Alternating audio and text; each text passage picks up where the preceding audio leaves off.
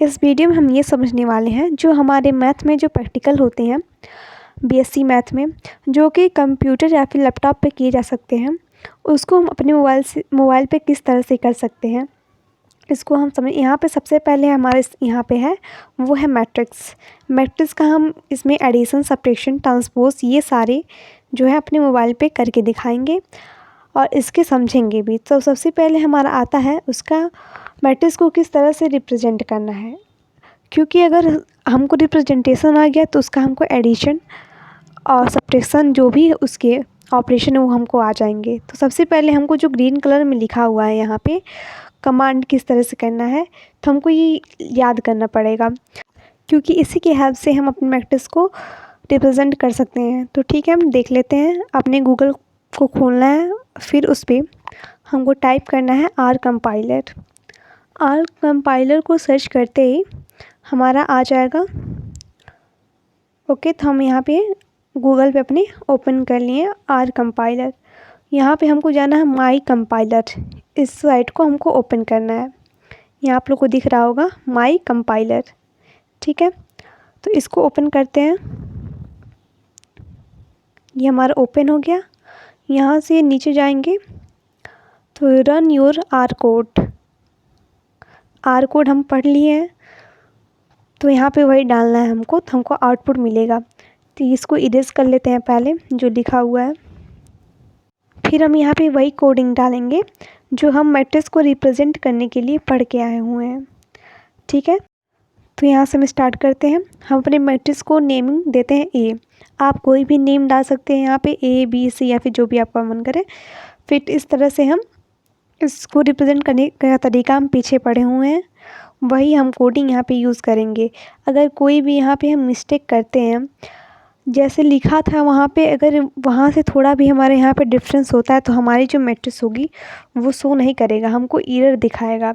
इसलिए हमको बहुत ध्यान से यहाँ पे लिखना है ताकि हमारी कोई भी गलती ना हो। ठीक है, तो हमारे रो जो होंगे यहाँ पे हम 2 लेने वाले हैं, और हमारी जो कॉलम होगी वो भी 2 लेने वाले हैं।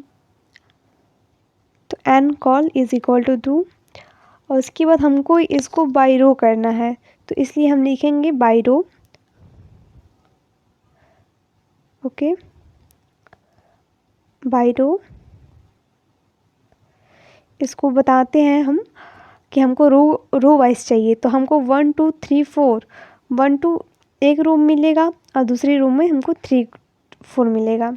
सॉरी, यहाँ पे एक गलती है, इसलिए हमको सारी गलतियों को ध्यान में रखना है कि हमको कोई भी ऐसा वर्ड नहीं लिखना है जो हमारा गलत हो। उसके बाद ग्रीन बटन पे टच करके इसको रन करवानी है। यहाँ पे हमको मिल गया, हमारा कंप्लीट हुआ। यहाँ पे हमको जब कंप्लीटेड शो करे, इसका मतलब हमारा कोई मिस्टेक नहीं हुआ है। इस तरह से लिख सकते हैं। लिख करके ए को हम यहाँ हमारी आउटपुट में हमारी मैट्रिक्स आ गई, सेम उसी तरह जैसा हम पीछे देखे हुए हैं, उसी तरह की हमारी मैट्रिक्स मिली है। फिर हम एक और मैट्रिक्स लिखते हैं, मैट्रिक्स बी। इसको भी सेम उसी तरह हम लिखेंगे जिस तरह से हम ए को लिखे हैं। यहाँ पे कोई भी हम यहाँ मैट्रिक्स में रैंडम वैल्यू कोई भी ले लेते हैं, लेकिन सारे जैसे हम स्मॉल सी, यहाँ पे स्मॉल सी का यूज़ किए हैं, तो यहाँ पे हम लेते हैं रैंडम वैल्यू कोई 5 6 7 4 एंड 2। ओके,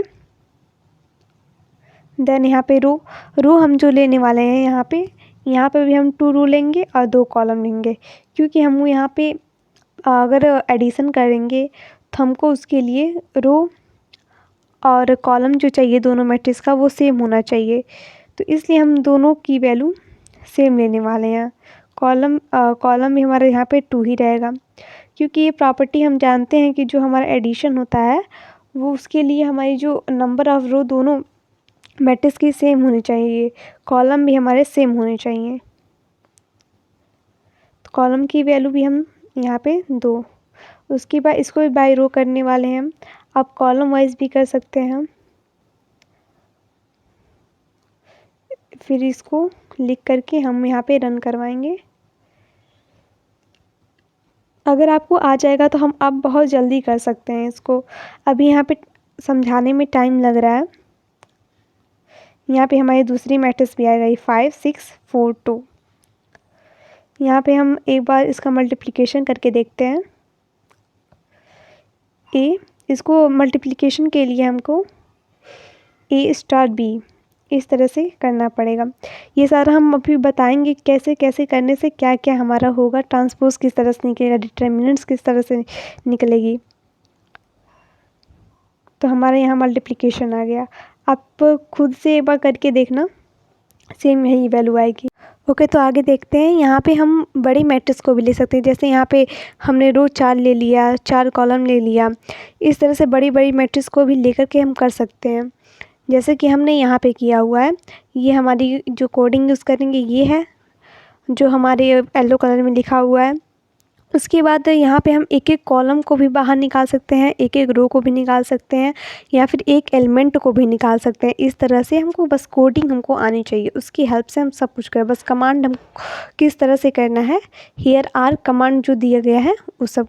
फिर हम ज्वाइनिंग रो, हम रो को किस तरह से ज्वाइन कर सकते हैं, कॉलम को किस तरह से ज्वाइन कर सकते हैं। मान लो हमारे 2 मैट्रिक्स हैं ए बी, उसके दोनों के रो को हमको रो वाइज अटैच करना है और किसी को कॉलम वाइज अटैच करना है, तो उसको किस तरह से कर सकते हैं। तो यहाँ पे दिया हुआ है एग्जांपल में, जैसे हमारी ए और बी दोनों मैट्रिक्स हैं,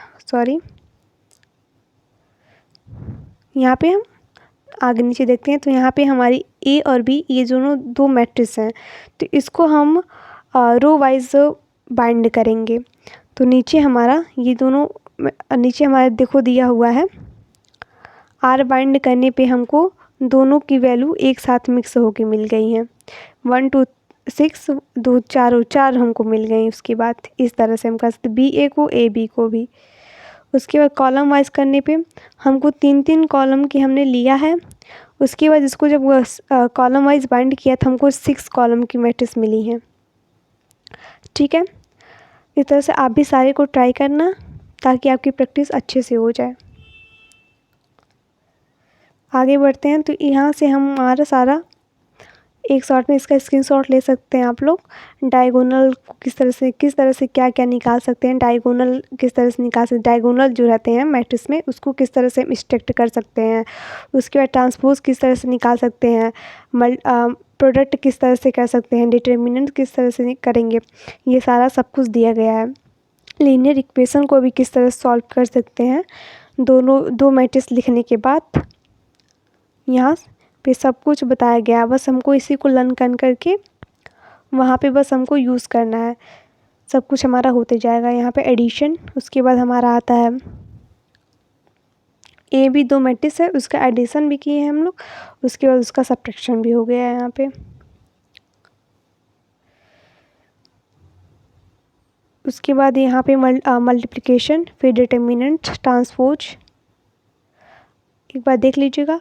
फिर उसके बाद हम ट्रांसपोज को चेक करने के लिए क्या किए हैं, उसका फिर हम उसको ट्रांसपोज निकाल दिए हैं, तो फिर हमको वही मिल जाएगी जो हमारी मैट्रिक्स रहती है। उसका ट्रांसपोज निकालने के बाद फिर एक बार ट्रांसपोज निकालने पे जो हमारी मैट्रिक्स रहती है वो मिल जाती है, जो हम 12th में पढ़ चुके हैं। उसके बाद इन्वर्स किस तरह से करना है उसके लिए यहाँ पे देख लेना, देन हमारा यहाँ पे ख़त्म हो जाता है।